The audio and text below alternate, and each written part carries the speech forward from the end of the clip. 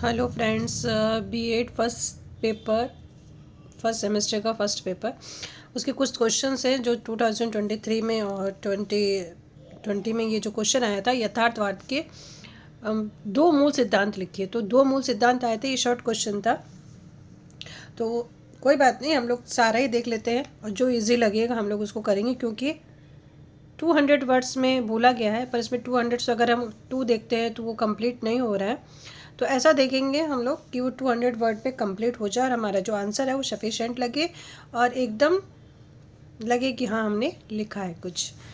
ठीक है, तो चलिए देखते हैं यथार्थवाद के मूल सिद्धांत। यथार्थवाद के मूल सिद्धांत निम्नलिखित हैं। फर्स्ट इसका मूल है सिद्धांत कि जगत, प्रत्यक्ष जगत ही सत्य है, यानी कि जो आप देख रहे हैं वही क्या है, सत्य है। जिसको क्या कहते हैं, यथार्थ। यथार्थ मतलब जो दिख रहा हो। यथार्थवादी पदार्थ को सत्य एवं वास्तविक मानते हैं, अतः इस वाद के अनुसार केवल प्रत्यक्ष जगत ही सत्य अथवा यथार्थ है। J.S. रॉस के अनुसार या उनके शब्दों में यथार्थवाद केवल ब्रह्म जगत की सत्ता को ही स्वीकार करता है, अतः यह आत्मगत आदर्शवाद का विपरीत है। ज्ञानेंद्रिय ज्ञान का द्वार है। इट मीन्स जो हमारी ज्ञानेंद्रिय हैं, 5 ज्ञानेंद्रिय हैं जिससे हम लोग देखते हैं, उसी से हम लोग चीज़ों को ऑब्जर्व करते हैं और वही हमारा जो नॉलेज है उसको इंक्रीज करता है। यथार्थवादियों के अनुसार हमें ज्ञान की प्राप्ति इंद्रियों के माध्यम से प्राप्त संवेदना के आधार पर होती है। आंगिक सिद्धांत। यथार्थवादियों के अनुसार संसार में जड़ तथा चेतन वस्तुएं एक अवयव बनाती हैं। व्हाइट हैंड के अनुसार जगत विकास की प्रक्रिया एक तरंगित अवयव है। परिवर्तन इस तरंगित जगत का मुख्य लक्षण है। शाश्वत वास्तविकता का सार तत्व प्रक्रिया है। मस्तिष्क को अवयव के कार्य के रूप में जाना जाना चाहिए। पारलौकिक को अस्वीकार करना। यथार्थवाद के अनुसार इस लोक से परे कोई और लोक नहीं है। ये विचारधारा आत्मा परमात्मा के अस्तित्व संबंधी विचारधारा का खंडन करती है, यानी जो कुछ है अभी ही ये प्रेजेंट ही है। आदर्शवाद का विरोध। यथार्थवाद के अनुसार आत्मा परमात्मा तथा परलोक शब्द केवल कल्पना की उपज है। इट मीन्स ऐसा कुछ भी नहीं है। मनुष्य भौतिक जगत का एक अंग मात्र है। यथार्थवाद के अनुसार मानव भौतिक जगत का एक अंग है। प्रयोग पे बल। यथार्थवादी विचारधारा निरीक्षण, अवलोकन तथा प्रयोग पर बल देते हैं, यानी कि टोटल वो प्रैक्टिकली बात करते हैं। इसके अनुसार किसी अनुभव को तब तक स्वीकार नहीं किया जा सकता जब तक वो निरीक्षण एवं प्रयोग की कसौटी पर सिद्ध न हो गया हो। मानव के वर्तमान व्यवहारिक जीवन पर बल। यथार्थवादी आत्मा परमात्मा परलोक आदि आध्यात्मिक बातों में कोई रुचि नहीं लेते। वे मनुष्य को एक जैविक पदार्थ मानकर उसका लक्ष्य सुखी जीवन व्यतीत करना मानते हैं। इट मीन्स प्रेजेंट में जीना ही यथार्थवादी है। अब है हमारे बौद्ध दर्शन। बौद्ध दर्शन की शिक्षण विधियाँ 2023 में पूछी गई थी। तो चलिए हम लोग देखते हैं हमारा बौद्ध शिक्षा के पाठ्यचर्या को व्यवहारिक रूप और विभिन्न उद्देश्यों की प्राप्ति हेतु विभिन्न विधियों का प्रयोग किया जाता है। ये प्रमुख विधियाँ इस प्रकार है। व्याख्यान विधि, उपदेश या प्रवचन विधि, संगोष्ठी, संवाद, अभ्यास, स्मरण धारणा, भ्रमण, निधि ध्यान संध्या विधि और सम्यक समाधि विधि। ठीक है, फर्स्ट है हमारा व्याख्यान, जिसमें लेक्चर दिया जाता है। छात्रों को व्याख्यान एवं विभिन्न तथ्यों का ज्ञान देने के लिए यह विधि अत्यंत उपयोगी है। व्याख्यान के माध्यम से गुरु अपने शिष्य के समक्ष पाठ्य वस्तु को तर्कपूर्ण ढंग से प्रस्तुत करता है। उपदेश, प्रवचन देना। बौद्ध काल में बौद्ध मठों के साथ साथ विश्वविद्यालयों का भी निर्माण हुआ। इनमें शिक्षा प्रदान करने हेतु उपदेश या प्रवचन विधि का प्रयोग किया जाता था। इसके साथ ही बौद्ध धर्म का प्रचार प्रसार भी उपदेश और प्रवचन की विधि से ही किया जाता था। उसका माध्यम जो था वो यही था। संगोष्ठी विधि। बौद्ध शिक्षा में इस विधि का सबसे अधिक प्रयोग किया गया। इस विधि में प्राय शिष्य गुरु के समक्ष बैठकर छोटे छोटे समूह में विभिन्न प्रकरणों पर वाद विवाद या संगोष्ठी करते थे। जैसे कि अभी ग्रुप बना दिए जाते हैं आप लोगों के, सेमिनार्स होते हैं, वर्कशॉप होती है, उसी तरह से। ठीक है, वर्तमान में इसे सेमिनार या वर्कशॉप के नाम से जाना जाता है। संवाद या शास्त्रार्थ विधि, जिसे आप वाद विवाद प्रतियोगिता कहते हैं। बौद्ध मठों में इस विधि के द्वारा शिक्षा दी जाती थी। इसमें प्राय किसी एक समस्या पर बैठकर विचार विमर्श एवं प्रश्नों पर संवाद होते थे। इसी के आधार पर बौद्ध धर्म के दो संप्रदाय, हीनयान और महायान की स्थापना हुई। अभ्यास विधि मतलब जब आप खुद करके सीखते हैं और उसको बार बार सीखते हैं। इस विधि के द्वारा छात्र स्वयं करके सीखता है, जिससे कार्य कुशलता का विकास होता है। विभिन्न विषयों का अभ्यास एवं रचनात्मक कार्यों को प्रोत्साहन दिया जाता है। भ्रमण विधि मतलब जब हम लोग जैसे अभी जाते हैं ना हम लोग टूर वगैरह पे, तो वैसे भ्रमण विधि, क्योंकि देख के हम लोग बहुत सारी चीज़ें सीखते हैं। यथार्थ ज्ञान प्राप्त करने हेतु बौद्ध धर्म भिक्षुओं ने भ्रमण द्वारा धर्म की शिक्षा दी। ठीक है, और हम लोग भी वैसे ही अब नॉलेज गेट करते हैं और इन लोगों में घूम घूम के अपनी शिक्षा थी। तो भ्रमण विधि भी इनके जो शिक्षण विधियाँ थी उसमें एक प्रमुख थी। संस्मरण धारणा विधि जिसमें हम लोग लर्न करते हैं। इस विधि के माध्यम से प्राय भिक्षु उपदेशों को सुनकर उन्हें स्मरण करते तथा जीवन में धारण करने का प्रयत्न करते थे। इसमें मौखिक स्मरण एवं अभ्यास को अधिक महत्व दिया गया। निधि ध्यानासन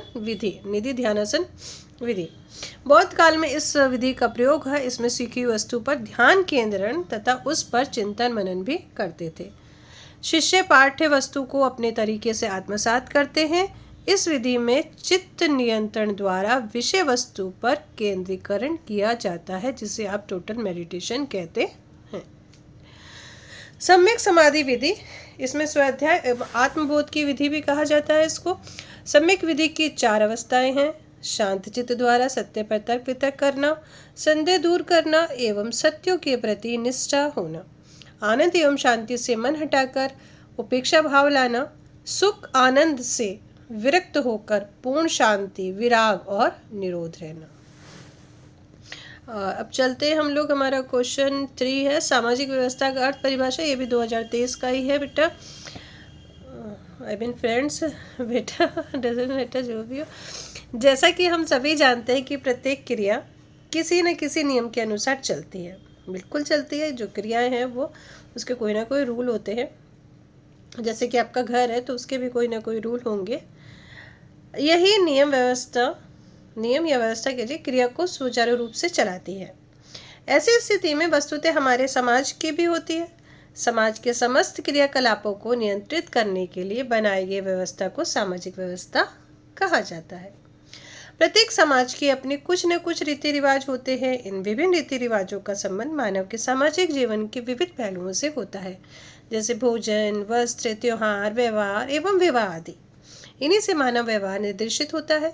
प्रत्येक समाज में इन रीति रिवाजों की जो सर्वमान्य कार्य प्रणाली होती है उन्हें ही सामाजिक व्यवस्था के नाम से जाना जाता है। एक definition you have to learn. Okay, मैकाय एवं पेज के अनुसार समाज रीति रिवाजों, कार्य प्रणालियों, पारस्परिक सहयोग, नियंत्रण एवं संविधान स्वाधीनता आदि की व्यवस्था है।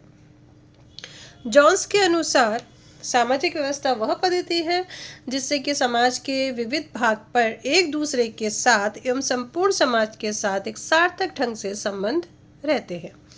पार्सन्स के अनुसार सामाजिक व्यवस्था सामाजिक क्रियाओं के भीतरी संबंधों में बनती है। समाज में ये अंत्य क्रियाएं सामाजिक व्यवस्था की सबसे महत्वपूर्ण इकाई होती है। आपको क्या करना है, सुनना है ध्यान से, उसके बाद आप जितना अपनी लैंग्वेज में लिखोगे उतना आपके लिए ईजी होगा, बट 1-2 आप डेफिनेशन लर्न कर लेना, ठीक है। उपयुक्त परिभाषाओं के आधार पर हम कह सकते हैं कि हर समाज में 2 प्रकार की शक्तियाँ संगठनशील शक्तियाँ रहती है, संगठनात्मक शक्तियाँ और विघटनात्मक शक्तियाँ, जो एक तो बनाती है, दूसरी बिगाड़ती है समाज को। तो आपको सामाजिक व्यवस्था भूला गया तो आप उतना भी लिखोगे तो भी ठीक है। फिर भी देख लेते हैं हम संगठनात्मक शक्ति क्या होती है और विघटनात्मक शक्ति क्या होती है। जहाँ एक और संगठनात्मक शक्तियाँ समाज को एक सूत्र में बांधती हैं और समाज की स्थिरता में वृद्धि करती हैं, वहीं दूसरी ओर विघटनात्मक शक्तियाँ समाज की एकता एवं स्थिरता को छिन्न भिन्न अर्थात विघटित करती है। परंतु ऐसा कोई भी समाज नहीं है जहाँ पर मात्र एक ही प्रकार की शक्ति कार्य करता हो। कहने का तात्पर्य यह है कि प्रत्येक समाज में दोनों प्रकार की शक्तियाँ कार्य करती है और इन दोनों के मध्य संतुलन बना रहता है। इस संतुलन की स्थिति को ही सामाजिक व्यवस्था की संज्ञा दी जाती है। तो ये भी आप अपने मन से लिख सकते हो, जरूरी नहीं कि इसको आपको रट्टा ही लगाना है। अब हमारा है प्रकृतिवाद के सिद्धांत, जो क्या करते हैं, प्रकृति पर बल देते हैं, प्रकृति से ही सीखने को बोलते हैं। ये आपका 2017 और 19 का क्वेश्चन है। चलिए, इसके सिद्धांत, सिर्फ सिद्धांत पूछा तो सिद्धांत ही बताएंगे, जितना पूछ रहा है उतना ही हमको बताना है। प्रकृतिवाद के निम्नलिखित सिद्धांत है। मनुष्य की समझ शक्तियाँ उसकी प्रकृति के अनुसार सीमित है। यह अपनी जन्मजात शक्तियों एवं मूल प्रवृत्तियों के सिवाय और कुछ नहीं है। वर्तमान जीवन वास्तविक जीवन है, इसके पश्चात कोई अन्य जीवन या दूसरी दुनिया नहीं है, ये प्रकृतिवाद मानते हैं। अतः मनुष्य को अपने वर्तमान जीवन को सुखी बनाना चाहिए। बहुत ही ईजी है और ये वास्तविक सत्य है, जो चल रहा है वही इन्होंने यहाँ पे बताया है। यही प्रकृति का नियम है, ऐसा ये बोलते हैं। अपरिवर्तनीय प्राकृतिक नियम संसार के समस्त घटनाओं को स्पष्ट करते हैं। मनुष्य के सांसारिक जीवन की भौतिक दशाओं में क्रांतिकारी परिवर्तन लाने का श्रेय वैज्ञानिक खोजों तथा मशीनों के आविष्कार को है। अतः प्राकृतिक विज्ञानों का ज्ञान प्राप्त करना परम आवश्यक है।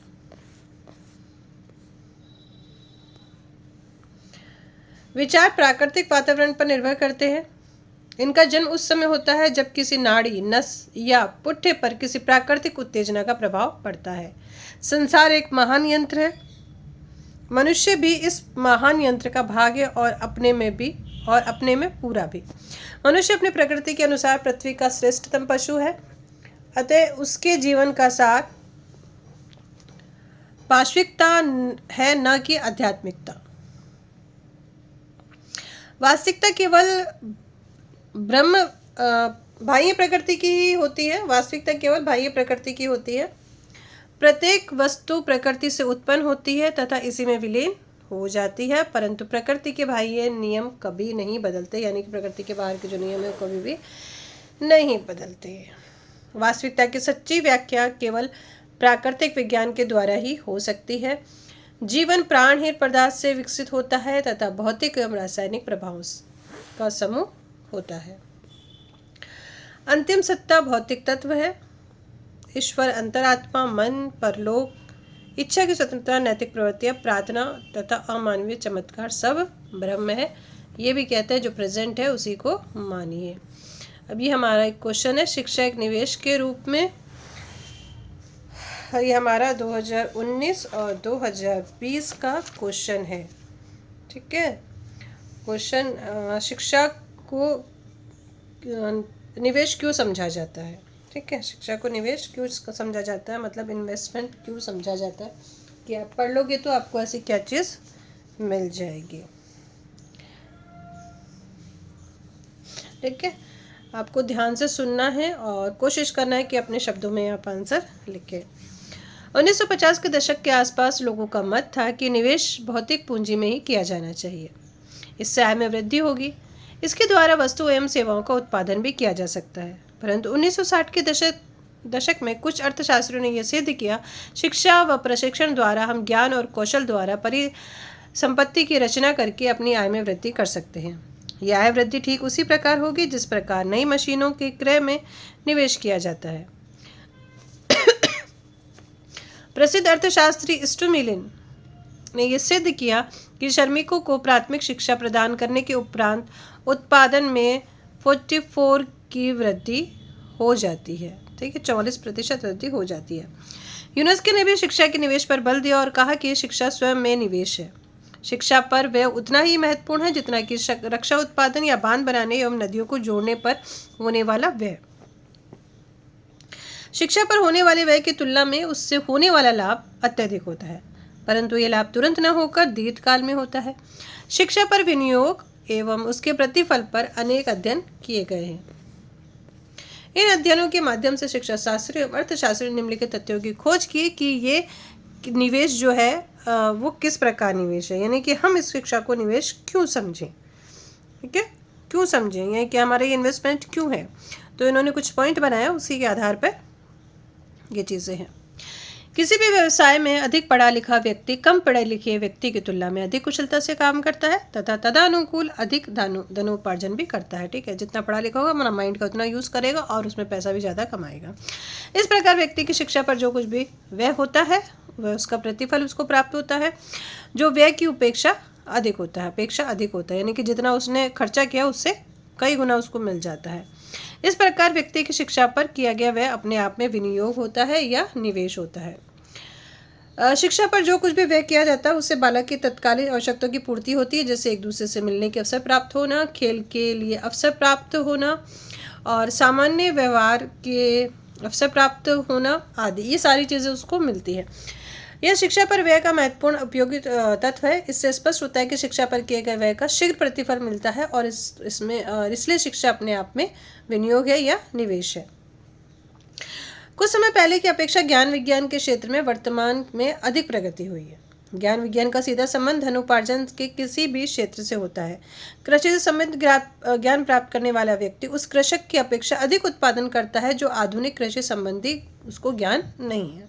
ठीक है। इसी प्रकार वाणिज्य की उच्च शिक्षा प्राप्त करने वाले व्यक्ति वर्तमान समय में वाणिज्य के क्षेत्र में अधिक सफल हो रहा है। यानी कि आप जिस भी फील्ड में अपना पढ़ाई करोगे या स्टडी करोगे, ज्ञान लोगे, आपको रिजल्ट उतना ही बेटर मिलेगा। विज्ञान एवं तकनीकी शिक्षा का उद्योग के क्षेत्र में उत्पादन का सीधा संबंध होता है।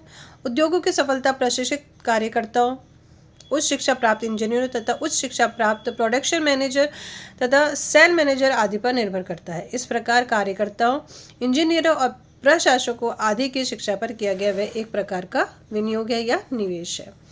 शिक्षा पर व्यय करने से राष्ट्रीय आय में वृद्धि होती है। उद्योगों में साधारण प्रशिक्षण प्राप्त व्यक्ति को कम वेतन मिलता है। डिप्लोमा प्राप्त व्यक्ति को उससे अधिक और अधिक धन व्यय कर बड़ी डिग्री प्राप्त करने वाले व्यक्ति को उससे भी अधिक वेतन मिलता है। ये आप सभी लोग जानते हैं। इस क्षेत्र में किए गए अन्वेषणों से पता चलता है कि शिक्षा पर किए जाना व्यय अपने आप में निवेश है।